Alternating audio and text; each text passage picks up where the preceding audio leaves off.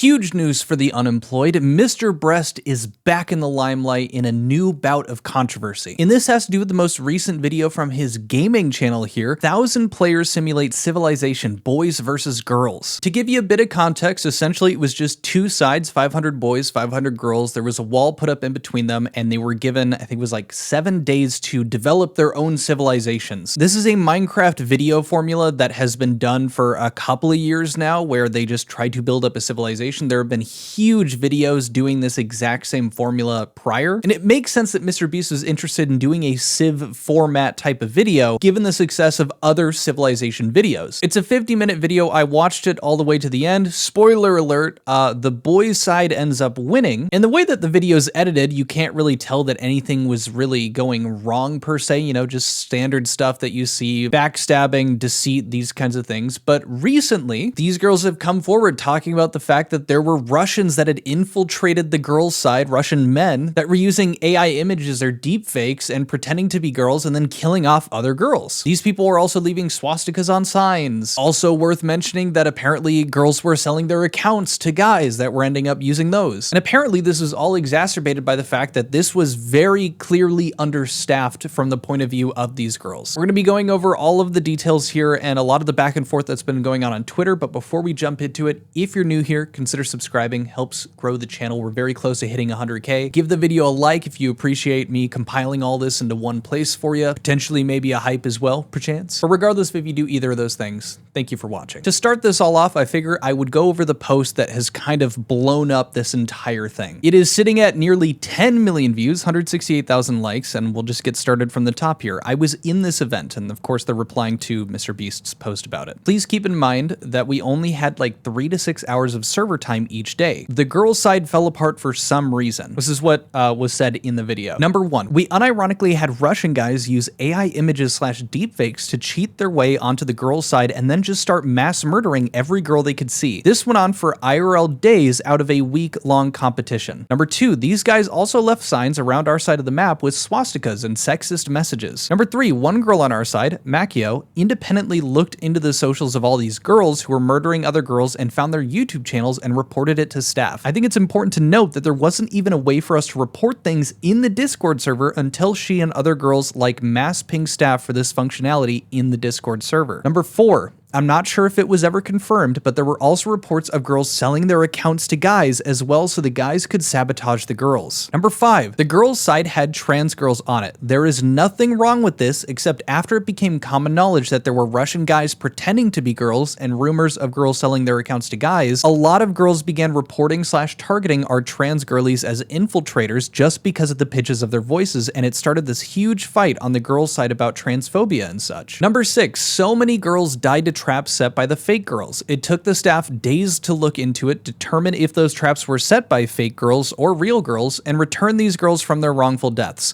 But by then, the event was almost over. These girls who were returned had next to no time to prepare for war, much less time to make connections / alliances with their fellow girls. Something kind of important to note here towards the bottom about making connections with fellow girls. It sounds like it's just boys versus girls, but it turns out too the prize winnings to whatever side won was going to be split evenly amongst the 500 people. So they were kind of incentivized to cull their own side because that would mean that they would end up making more money if their side won. Number 7, this was marketed initially as a civ event, not a PvP event. There was such a low amount of girls that had applied initially that they started to just send the Discord server invite to any girl who showed an interest in playing on a MrBeast Minecraft server. The amount of girls who were invited who didn't even know how to make a crafting table was insane. No hate to them, of course, but MrBeast and his team knew that if the wall came down, boys would win because they had top Minecraft players on their side and the girls had people who didn't even know how to make a crafting table on theirs, much less how to make a sword. I didn't know if I wanted to say something or not because I didn't want to diminish my chances of being invited to another MrBeast event. Sounds fair, but nobody else is speaking up and I'm just seeing too much hate on the girls not to say something. I wish they would have said something about all of this in the actual video instead of leaving a vague thing in their description about cheaters being banned. So this is a lot to unpack, a lot of claims that are being made, and thankfully, Xavi here here, or Zavi, I'm not sure which one, ends up providing some evidence as well to what they're talking about. One of the replies under their post, screenshots posted by girls in the UGF server from the event. These signs were originally in Russian and were translated. I blocked out the guys' names because they don't deserve the clout. And you can see here, first one, I fucked your fat asses. Second, girls, village where they suck blank. I need a wang to suck on the side. Now, I'd also seen posts that were talking about Savvy, and their description of fake girls is like, oh, they're talking about trans girls that were on that team, but it's clearly not that being the case. They clarify as much in a follow-up comment as well. When I say fake girls, I'm referring to whole-ass boys using AI and deepfakes to cheat their way onto the girls' side of the competition to sabotage girls. When I say fake girls, I do not mean trans women / girls. K, thanks, bye. Now, we're going to see some other examples of other people that were in the event, other girls that were in the event that are corroborating Zavi's post here. But we can see even in the responses to just this post, another girl here saying, as someone who was in the event, it was so poorly planned. Everything said above is correct. The story told obviously didn't mention any of this going on. Heck, some of the story was wrong anyways. Wrong leaders on girls' side, timing all wrong as I died, and things that happened on day 5 were actually day 2 or 3. Anyways, I had been in 5 MrBeast events before, but this one was honestly shambles. So many died to these Russian guys on the female team. The admins didn't even remove their traps, which ended up causing so many more deaths they had to undo. Me and my friend were removing their traps, which were near the mountains. Obviously no screen time for fixing their mistake. This event lasted 8 days. I think MrBeast was on the server for 30 minutes, at least while I was alive. We never saw him. About 5% of the girls team knew how to PvP. About 60% knew some basics, mainly building, and the rest didn't even know how to make a sword. They were desperate for females, so let anyone join. I thought something might be addressed somewhere about the lack of footage from the girls' side. Now, I've reached out to Zavi for an interview, as well as this other person we're going to see here as well, Macchio. I was a part of the event as the news reporter of Beast News.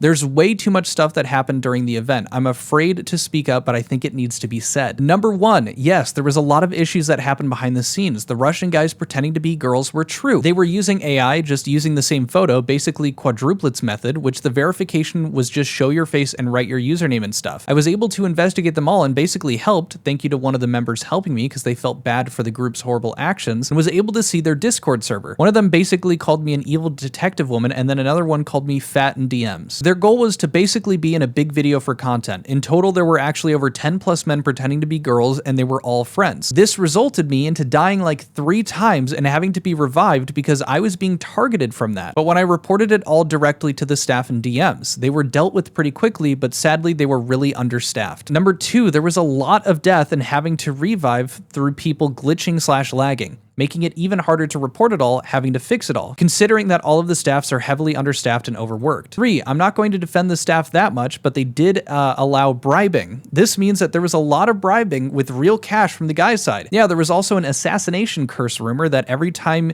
you will earn money per kill, but if someone kills you, then the next person will become the assassin. There was so many rumors and paranoia, it resorted to creating a group of vigilantes and the GMC leader getting assassinated. And yeah, there was a group of girls who offered to be bribed to kill for money, and they all didn't get paid still, which led to a lot of harassment towards the staff, the girls, and the people involved. This is because the staff pretty much allowed bribing, so yeah, no wonder why it caused a big uproar. This mention about girls being bribed to kill for money, that was actually included in the main video of them agreeing to help the guys kill off the girls in exchange for, you know, monetary reward. I think the last bit here is also important to mention here. I'm sorry about what happened with all the harassments from the girls and everything that happened. In the end, though, the staffs have taken criticism and apologized about what have happened and did plan out compensation and improvements. I want to take a pause here. We're going to see a different perspective from someone that was on the boys' side that has an opposing view to everything that went down. But I want to just take a sec and focus on a lot of the stories that are being confirmed by other members of the girl side. Obviously, this is under the MrBeast brand, but even as you saw from one of the testimonies there, he was only on the server for like 30 minutes tops, it had seemed like. No, I don't think MrBeast planned this maliciously. No, I don't think that he,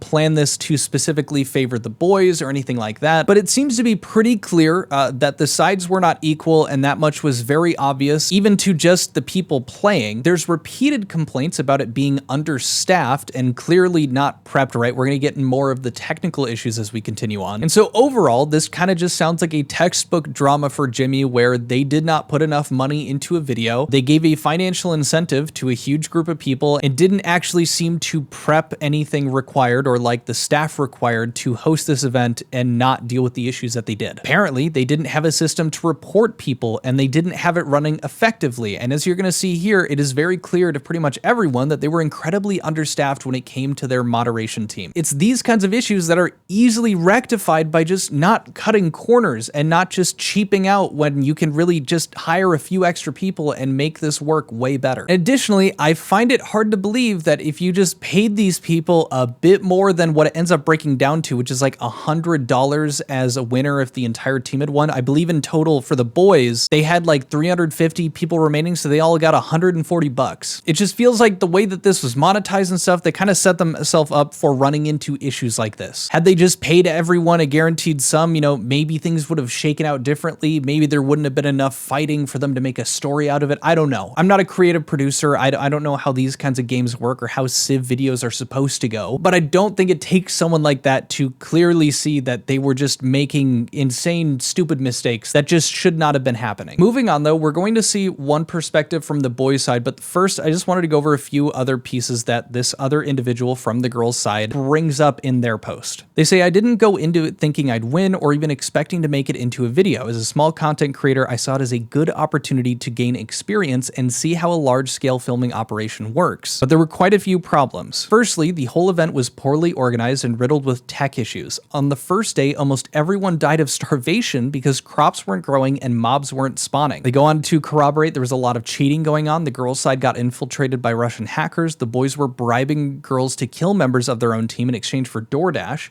I'd like to think my life is worth more than a Happy Meal, but I'd probably sell my soul for McFlurry, so I kind of get it. We were assured everyone who broke rules would be banned, but staff kept randomly reviving problematic people, and of course those players ended up getting the most screen time. I guess MrBeast's team were rooting for certain people since they had good lore, so there was definitely favoritism going on, and the storyline got quite manipulated in the end. Curious to know who those individuals were. And they talk about they're most disappointed because that final cut didn't really show a lot of what they think should have been in it as well. But now this comes from Quack. This is somebody from the guys' side, and they have counterpoints to what was being claimed by a lot of these other girls that were posting about this on Twitter. As a winner from the guys' side, I want to defend MrBeast and his team, as most of what this girl said is coming out of jealousy from not winning. I'm going to respond to every claim. Very interesting claim to start with here, that most of what this girl said is coming out of jealousy from not winning. And obviously this is in response to Zavi, the first person that we had gone over. They start with number one. Most of the girls who got killed before the wall drop were killed by Foxley. The staff were very helpful in reviving people who died in unfair ways. For those who don't know, Foxley was a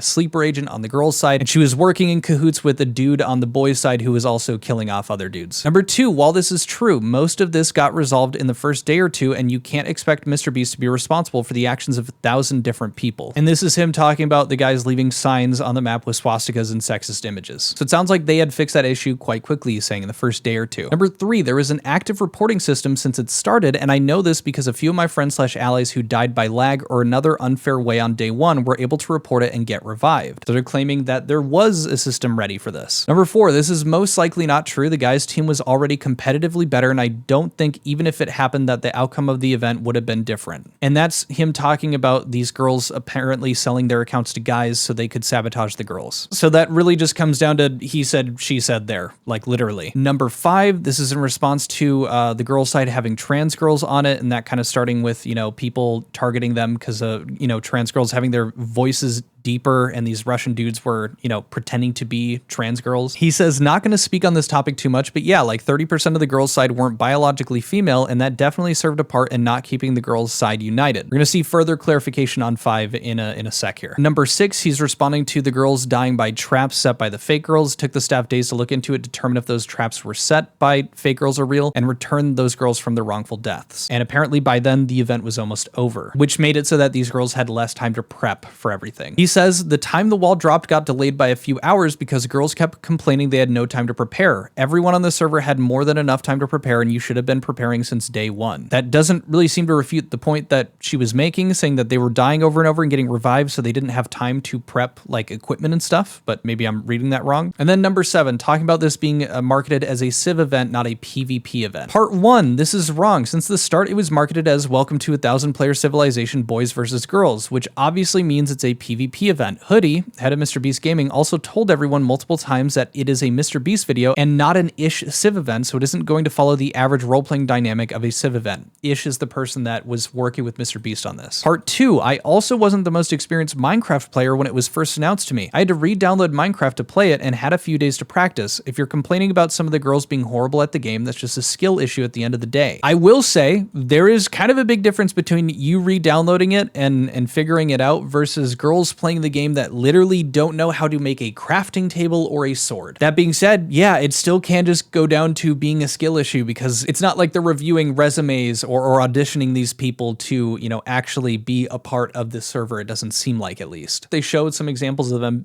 being in it, like just Quacko here, just showing that he was a part of it. And Quacko seems very sure of himself. Let me clarify, this is not an attack on any specific group of people. I just don't want this entire event to get bashed on because the losing side is crying. I won't lie, I think a lot of the points that have been brought up, and even with your refutes here, that sounds like a justified reason to be upset, especially when there was money on the line. That's not a lot of money, but it could be to anyone that's playing this. Like it ends up being $100 or more. They follow up with some other evidence here too for people saying it took till day 6 to ban the AI Russians. Here's what was left in the girls' announcements on the start of day 2. This is a post from Hoodie saying that there was a small group of players that snuck in using AI and deepfaked videos and pictures, and talking about taking care of them. Responses to their posts have also, you know, really been a mixed bag. A jealousy out of not winning a Civ event, get a load of this guy kind of thing. Other people pointing out what this girl said is coming out of jealousy from not winning. Just off this line, anything you say after that has no value. And then Quacko claiming it is. If the girls won like they usually do in these events, this tweet wouldn't have been made. Now, I did like this reply here as well. Honestly, the video got ruined by the money. I would love to see Ish attempt this again with no money on the line, no incentive to kill others, similar to all the previous Civilization videos, because the money was just being taunted in everyone's faces throughout the entire thing. Quacko replies to that saying, yeah, video would definitely be less stressful and more people would have took more risks if money wasn't involved. I just kind of agree with that sentiment. I think that allows people to start doing stupid stuff. I think that incentivizes people to kind of shitstir, which is what, you know, MrBeast is usually looking for in his videos, but then it creates that potential that complete strangers online are going to join and fuck around with it, and it's going to make people, I would say, more upset than not had it just been for the love of the game, had it been for free. At the same time, I'm positive that there would be a spin to this story of giving MrBeast shit because they weren't paying a bunch of these people to be in a MrBeast video. I understand that there are very much two sides of that. I'm interested to hear what you guys have to say about that. I can clearly see that there wouldn't really be a positive side to that thing in the eyes of the public. But moving on, there was a response made as a rebuttal to what Quacko had to say. There's a reply from Mel. Starting off with number 1, as I gotta kind of refresh as we go. Most of the girls who got killed off before were killed by Foxley. Number 1, not true. Foxley died early on, but got revived because she was killed by Huskell, who got banned on day 6. So no, Foxley only got a handful of kills. While the staff did help revive players, this would only happen if those girls could get evidence their death was unfair themselves. Staff had no fail saves or moderation systems in place. In fact, there were some deaths that were obvious foul play that didn't get revived because there was no evidence of who built the trap. As for number 2, this is in regard to things getting resolved in that first day or two, talking about like the swastika signs, things like that. Also not true. Some of the Russians were still getting banned on day 5/6. Don't remember the exact day, but I was actively arguing with staff. Number 3, this is him talking about that there was an active reporting system. She says, this reporting system was a public threads channel. Do I need to repeat public? I don't remember when it was created, so I don't know if you're right or wrong, but I know I was terrified. I reported one of the Russians and was talking about how scared I was of retaliation, to which staff then started joking around. Number 4, this is most likely not true. The guys' team was already competitively better. I don't think even if that happened, the outcome of the event would have been different. This is in regard to the girls selling accounts thing. Mel says, this is just factually true. I don't know why you're denying it. Only nuance here is that it happened on the boys' side as well. So apparently things were being sold on both sides. Number 5, you probably just phrased this poorly, but it sounds like you were saying that trans girls caused the girls to be divided, which is yikes. But again, I assume it's an honest mistake. I think I saw the point they were making that, yeah, with the trans girls there and then the infiltrators, the Russian dudes, it made people distrust the trans girls more because they believed that they were infiltrating because of the voice pitch. Number 6, you're not even replying to the point. This was in reference to the time the wall got dropped, got delayed by a few hours because the girls kept complaining, saying that, you know, everyone on the server had more than enough time to prepare. This was in regard to this part about so many girls died to traps set by fake girls and how that undermined and kind of screwed them when when they were trying to get ready afterwards and they got revived, they had next to no time or had much less time to make connections and alliances with their fellow girls. I think they're kind of right on that. At the same time, I don't think Quacko is necessarily wrong that you should have been prepping from day one, and that comes down to, you know, forming your alliances and doing all that stuff earlier. So, you know, fair enough. But then in regard to 7 about the marketing of the event, it was definitely marketed as a civ event. They only started backtracking once everyone was already in and the event was about to start. But even then, they never fully backtracked. They would basically just say the rules might be a bit different, but never said it wasn't a civ event, just not a traditional civ event. The team seems like they didn't intend for any of this to happen and want to do better, but nothing will improve if we deny what happened. I think it's a fair point to culminate in. I think it's also cool to see that the team clearly and obviously wasn't intending for this stuff to happen, but they were clearly not prepared in a lot of ways. But they confirmed qualifications. I was in the event and experienced this firsthand. And then we also had some other replies here. This one comes from Angel Face Peanut. Hate to say it, but I don't think it was an honest mistake.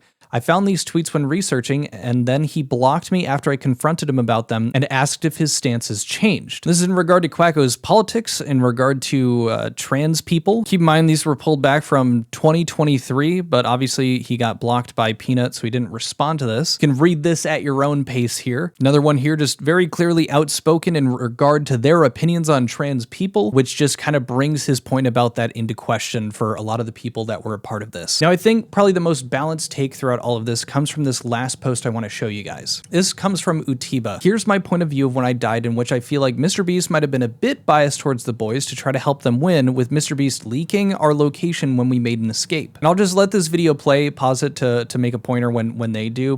Yeah. I mean, that's good that we can see. Oh, there's so many! Oh my god! Oh, there is so many. Oh my god! Boys got killed, actually. Oh god, they're so close to getting up here. So close. No. Expanding. Hold up. They'll never get us. They'll never get us. Make the bridge. We're gonna siege them. We're gonna siege them. We know the way they have is definitely trapped in their own path. Where is it? Melissa. Go. Smoosh it! Okay. Go!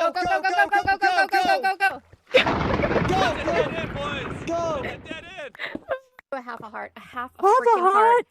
Now, I don't know what they're saying intentionally above us. It looked like they went down and walked across. I think they're implying that MrBeast is one of the names up here. It's really blurry, you can't see. But maybe he was just kind of directly above them, and she thinks that MrBeast was guiding the dudes to find them. And the boys found them inevitably in their little obsidian block and got caught out. Now, from their video, it was tough to see if MrBeast was like leading them over there or anything like that. But some of the comments here, Utiba starts it off. I need to make it clear here that I do not hate MrBeast for this. Obviously, stuff like this happens, and you know what? That's okay. I'm only posting this to share my story on how I feel like things might have been scuffed for me and other girls. Mistakes happen and they can learn from them, including other things mentioned in the tweet I'm quoting. They also have mentioned in the server we are in that they have learned and will improve in later events. Like I said, please don't send hate on them, thanks. The team over at MrBeast are wonderful people and I've had talks with them during the event itself. Seriously, they are fantastic. It sounds like the staff that was there was very kind to these people. Moreover, someone else posted, if you watch through MrBeast gaming videos, you'll find he accidentally gives away people's locations pretty regularly. I've never even believed it's malicious, I just think he's trying to get stuff on camera and is bad at the game. Utiba responds, oh, I don't think it's malicious either. I believe he just wants content that's totally understandable. But I think sometimes it could be best to maybe go invisible or something, depends on how he wants to do it, so oh well. And then down here, someone saying, you know, always something to complain about. An entire Twitter thread because you didn't win $78 from MrBeast comedy. Utiba says, I could care less about the money involved here. I care about the integrity of the event and the fairness surrounding it. If this was a normal civilization event, sure, who cares? But since it was competition, fairness does matter. I really agree with that. If there was not a monetary incentive for these people, the fairness of this would not fucking matter. But the fact that you've got money on the line for people, it really does change the perspective. And when you monetize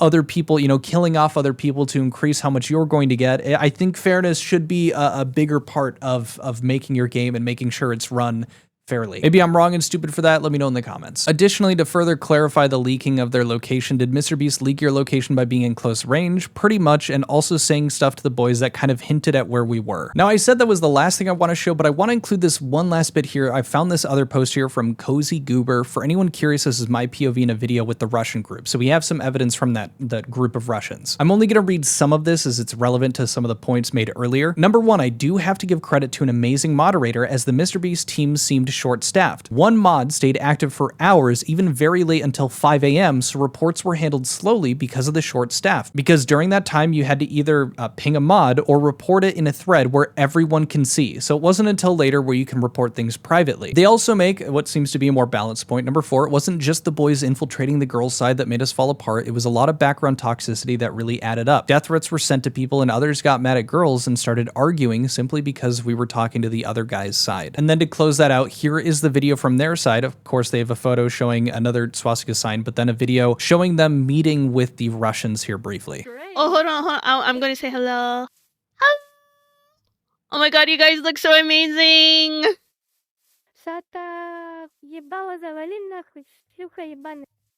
Oh my gosh, you look so amazing. I wish you guys good luck. Hello. Here. Hi. Have some flint.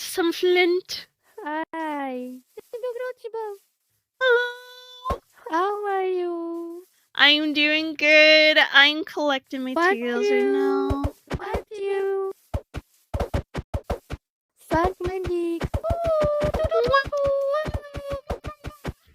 So the beginning part here, apparently when they say, oh, you look so good to them, one of the comments here down below, it says, apparently when they say that you guys look so amazing, they respond with, shut your fucking mouth, you effing whore. And then you can hear at this point, they say, fuck you. And then at this part, you heard them saying, fuck you and suck my dick and whatnot. And they were just kind of playing along and going with it. Later on, they ended up starting to like spam post signs that had this text on it. I'm not exactly sure what it says in the text, but you can see it's like clearly lettering that I would say appears to be Russian, maybe Ukrainian. I don't know specifically. I tried to do some testing with Google Translate. The best we could come up with is that it's supposedly like some like crypto slogan thing. Again, I'm not sure that we were able to get it right. It might be a slang term that doesn't get, translated properly through something like that. Just thought it was useful to provide some, evidence showcasing this group of Russians that was interacting. It was real. Obviously, nobody was saying that it wasn't real. Just figured you guys would appreciate seeing that. But that kind of wraps up the video. Curious to hear what you guys think. I don't think this is a huge deal. I just kind of found it interesting to dive into. But I hope you guys enjoyed, and I'll catch you later. Adios. Peace. Bye.